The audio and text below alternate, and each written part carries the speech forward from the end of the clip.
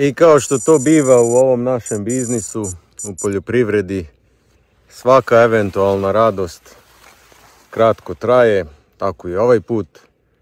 Ta moja radost zbog uspješne žetve ječma trajala je možda, šta ja znam, dan, dva, tri maksimala. I onda su nam meteorolozi javili da na ovu sušu koja traje već mjesec dana, znači ja mislim 25. 6. dan kako nije pala kiša ovdje uopšte, kod nas sred Vojvodine, sredina Vojvodine.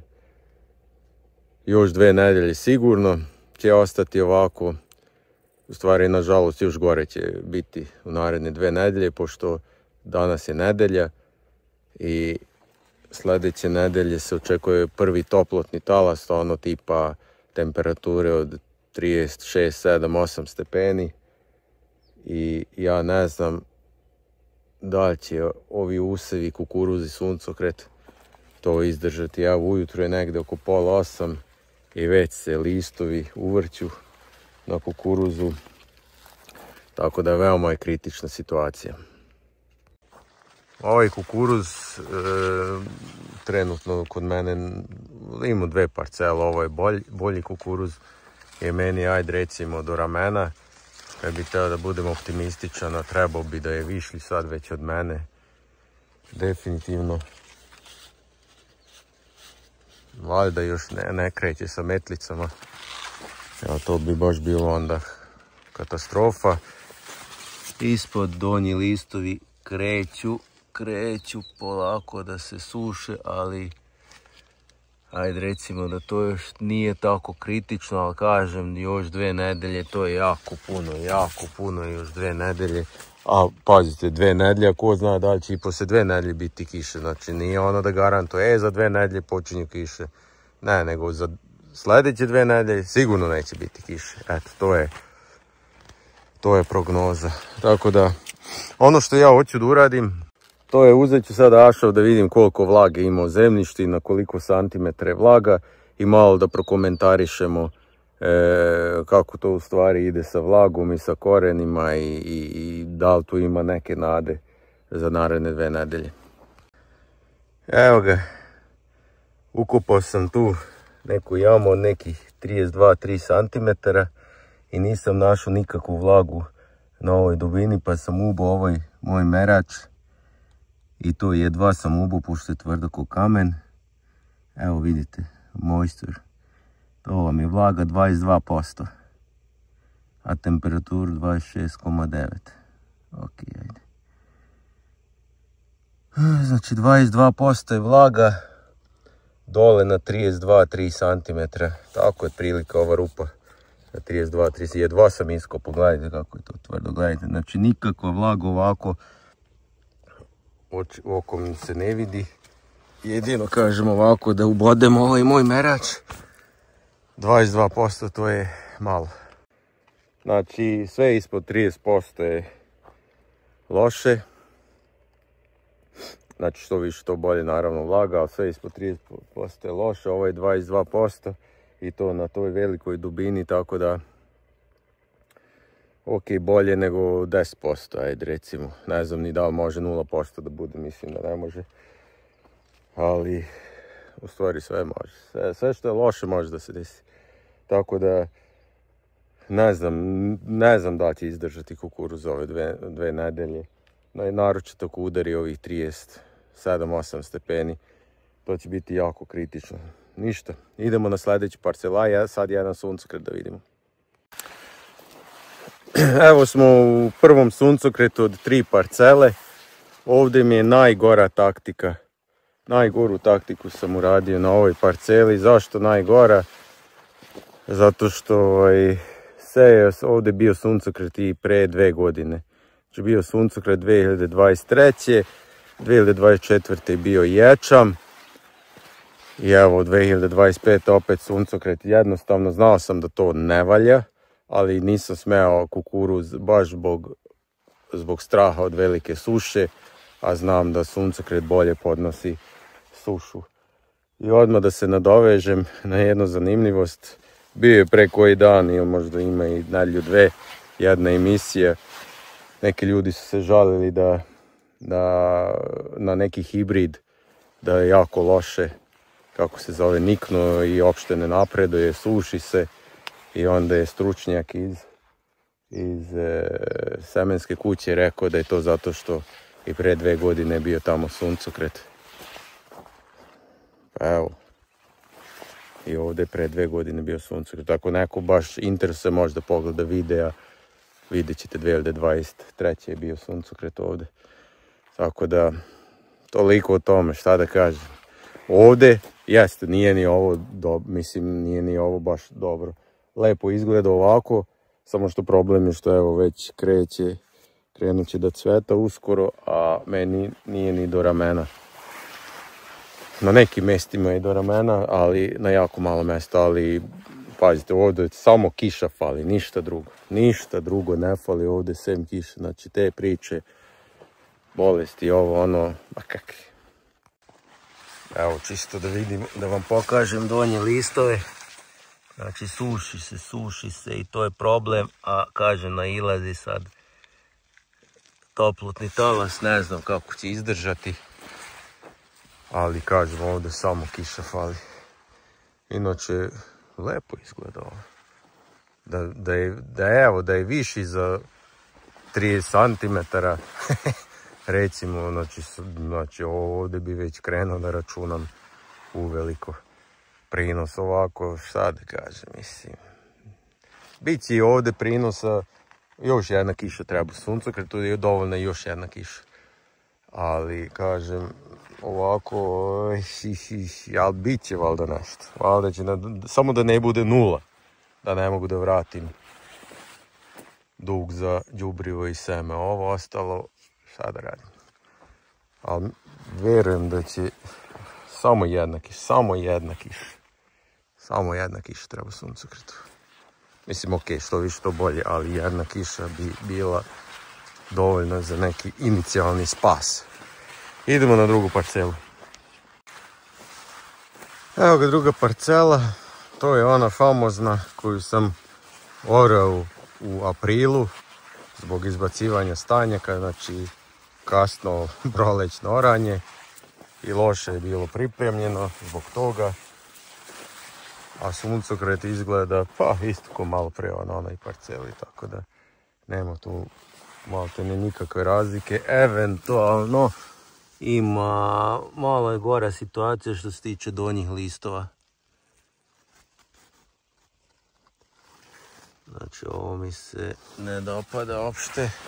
Donji listovi se suše, a nije baš visok suncokret.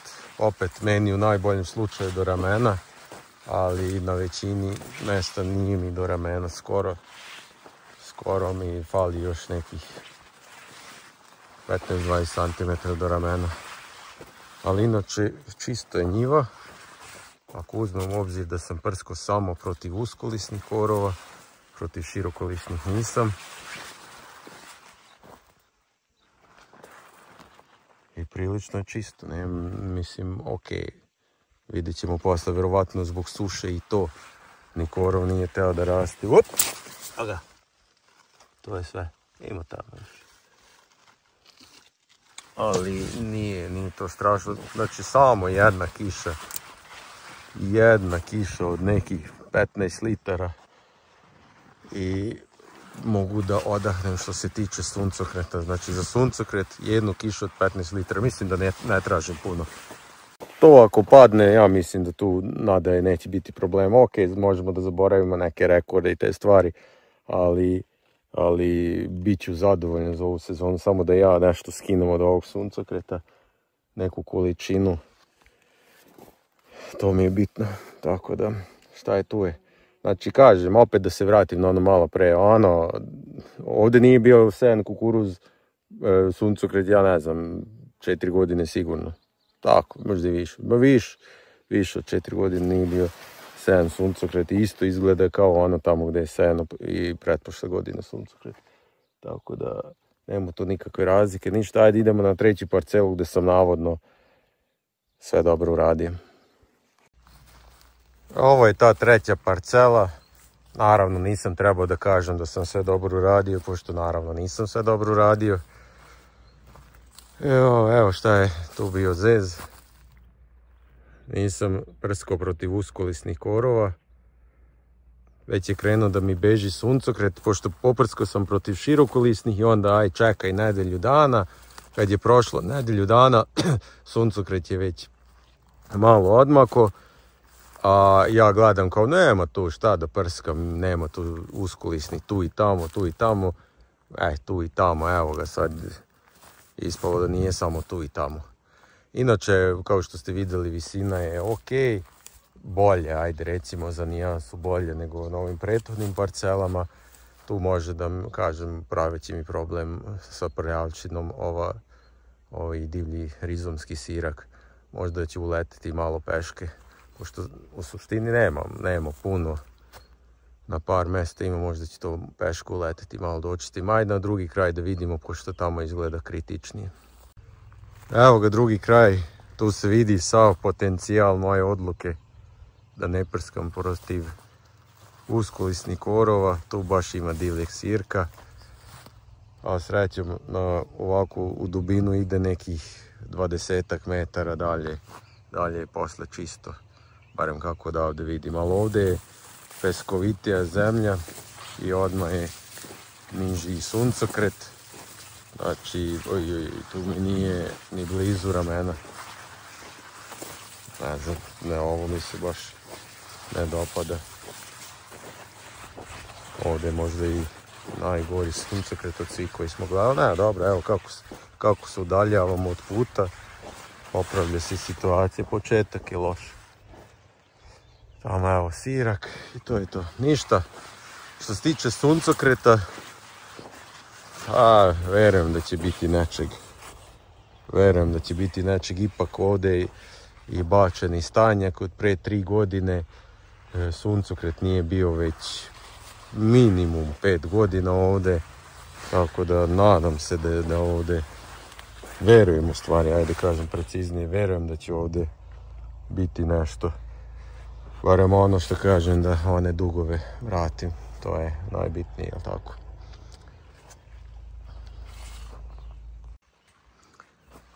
I evo ga druga parcela sa kukuruzom, ajde za kraj i to da pogledamo.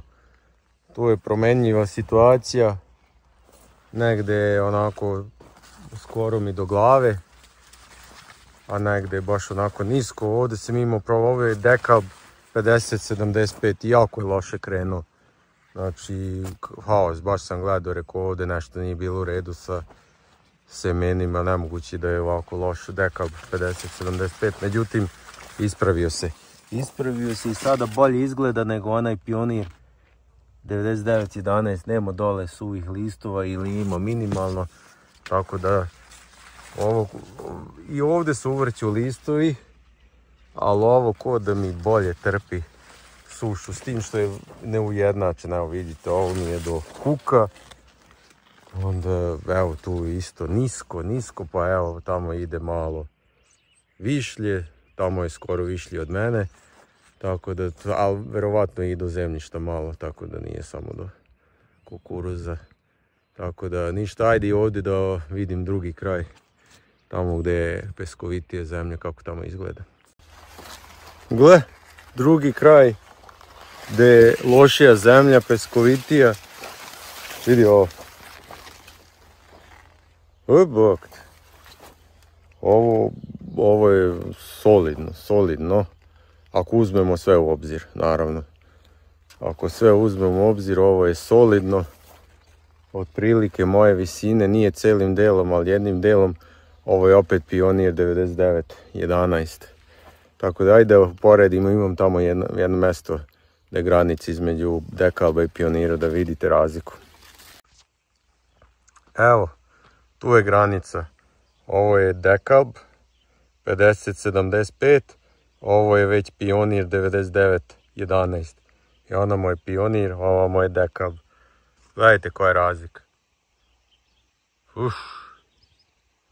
A prošle godine mi se ovaj Pionir tako uvrtao lišće sve u 16, a danas je to Dekalb. Znači, gledajte koja je razlika. A navodno su ono kao isti. A pa malo sutra su isti. Inače, samo da kažem, ovu parcelu sam prsko sam prihranom. Izostavio sam tamo onaj deo, tu mi je već nestalo prskalice, ali ovo sam prsko i ko da je ovo, evo ovo sam prsko, ko da je ovo malo bolje. Prskao sam sa prihranom u zadnjem momentu kad sam mogao da uđem, znači već sam se bojao da ću lomiti, ali nisam lomio. Nije ni ovdje tako loše da se razumemo, ali onaj Pionir je definitivno bolji, vidite ono. Evo Pionir, evo ga ovaj Dekalb. Znači ne razumijem, Dekalb je skuplji, ako je skuplji. Oba su onako da trpe velike suše i temperature, ovaj Dekalb je HD, neki Dekalb, kako se zove, HD Max ili šta je znam, a onaj Pionir je Aqua Max. Da, vidite koja je razlika. Naročito onaj prvi red tamo, vidio. Znači stepenica neviđena. Znači ajde onda jedan generalni zaključak za kraj. Znači loša je situacija, šta da vam kažem. I nije to što je loša situacija, nego izgleda da će biti još gora situacija. Znači nemamo uopšte nade da će biti nešto bolje. Znači za 2 nedelje kiša, to je jako daleko. Jako daleko i ja ne znam, bojim se da će biti 0 prinos. Da će biti 0 prinos. Jer i ono za 2 nedelje što kao pokazuje da tu možemo nešto očekivati, ni to nije, ko to zna za 2 nedelje šta će biti. A meteorolozi pogađaju samo suše. Samo suše i visoke temperature pogađaju. Kišu nikad, u stvari kišu, ajde ja neću baš takav da budem, jako retko pogađaju kišu, znači količinski koliko će pasti, da će pasti, to jako retko pogode. Međutim, ovo što su najavili, da još 2 nedelje neće biti kiše i da slede temperature od 37-8 stepeni, to im apsolutno verujem. I ubeđen sam da će im se te prognoze ostvariti. Tako da vidjeli ste stanje.